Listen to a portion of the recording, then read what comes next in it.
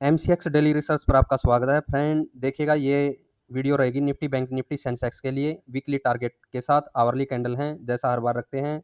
पिछले वीक में आपको बताया गया था कि इस कैंडल के ऊपर अगर प्राइस निकलता है, ठीक है, तो बाई साइड में रहेंगे और हमने टारगेट दिए थे फ्रेंड 25,000 की तरफ के। ठीक है, ये प्राइस 25,000 की तरफ जा सकता है निफ्टी 50 का।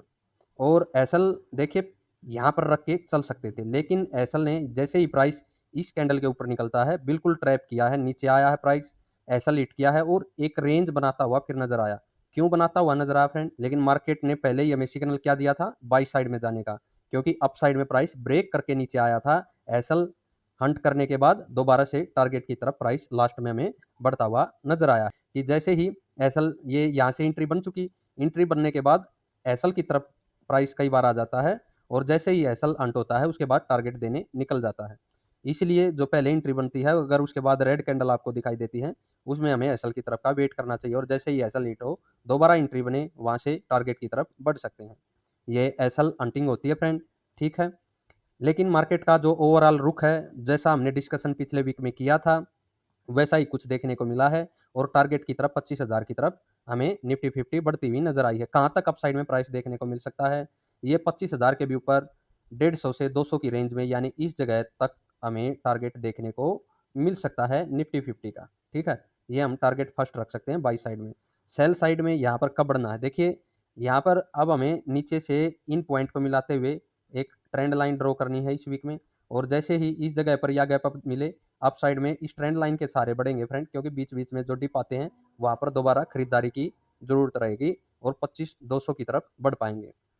ठीक है, 25,200 एक रेजिस्टेंस का काम कर सकता है। इसके ऊपर अगर देखिए 240 के ऊपर सस्टेन होता है तो और भी अपसाइड में जाने के चांस रहेंगे। अदरवाइज फ्रेंड यहाँ पर भी गिर सकता है प्राइस बड़ी तेजी के साथ, इस चीज का भी हमें ध्यान रखना है।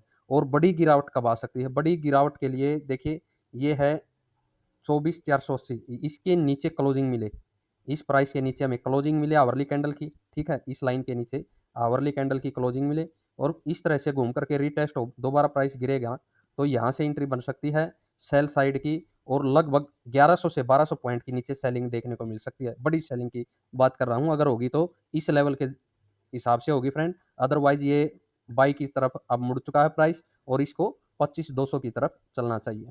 बैंक निफ्टी के जो लेवल है नीचे सपोर्ट है हमारी 53,750 पर।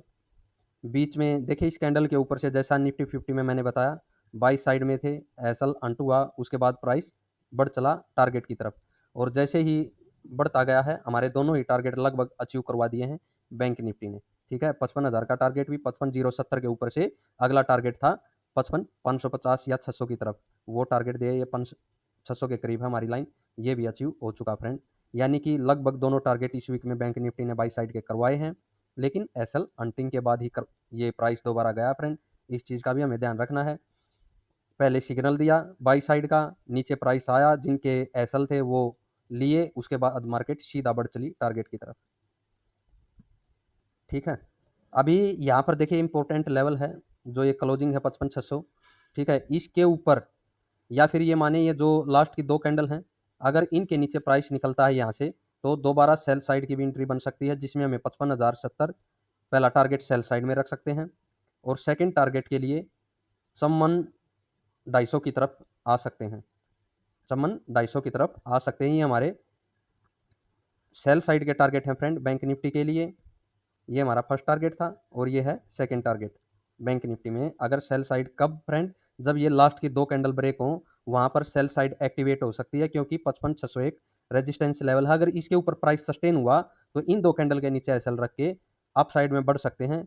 प्राइस आपको 56,000 के ऊपर भी जाता हुआ नजर आएगा, 57,000 की तरफ भी जाता हुआ आसानी के साथ नजर आ सकता है फ्रेंड, अगर निफ्टी 50 में जो लेवल मैंने दिया है वो ब्रेक हुआ तो अप साइड का।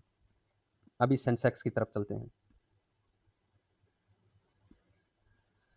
सेंसेक्स का प्राइस सपोर्ट के ऊपर संभला है, जैसा हमें पता था कि नीचे ये सपोर्ट का एरिया है 80,500 से 79,860 की रेंज सपोर्ट का काम करेगी।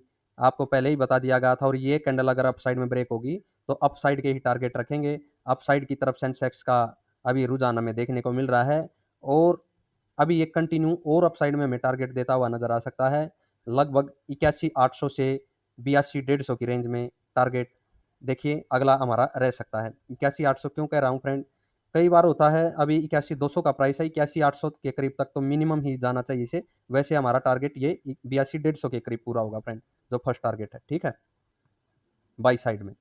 तो ये बाई साइड में ही कंटिन्यू रह सकता है, हमें मंडे को देखने को मिल सकता है सेंसेक्स का प्राइस। कब? एसएल बिल्कुल लास्ट की 2 कैंडल के नीचे ही रखेंगे, जैसा हमने निफ्टी बैंक निफ्टी में बताया है, ठीक है, और अपसाइड में बढ़ेंगे जैसे ही अपसाइड का लेवल ब्रेक होता है। टारगेट रहेगा 82-150 की तरफ। इसके ऊपर भी अगर प्राइस सस्टेन हो जाता है 82-170 के ऊपर, तो अगला टारगेट 83,000 की तरफ रखेंगे फ्रेंड सेंसेक्स में। यानी बड़ी तेजी देखने को मिल सकती है सेंसेक्स के अंदर। सपोर्ट के ऊपर प्राइस रुक चुका है। अगर देखिए अप साइड में प्राइस नहीं जाता है, लास्ट की 2 कैंडल ब्रेक होती हैं, तो भी इस एरिया में सेंसेक्स दोबारा से सपोर्ट लेता हुआ दिखाई दे सकता है। कब तक? जब तक 79,850 के नीचे क्लोजिंग आवरली कैंडल की न मिले और इस लेवल को रीटेस्ट हो, इस तरह से गिरने न लगे, बड़ी गिरावट सेंसेक्स में नहीं होगी, ठीक है, अप साइड में ही प्राइस देखने को मिल सकता है। आशा वीडियो आप सभी को पसंद आएगी।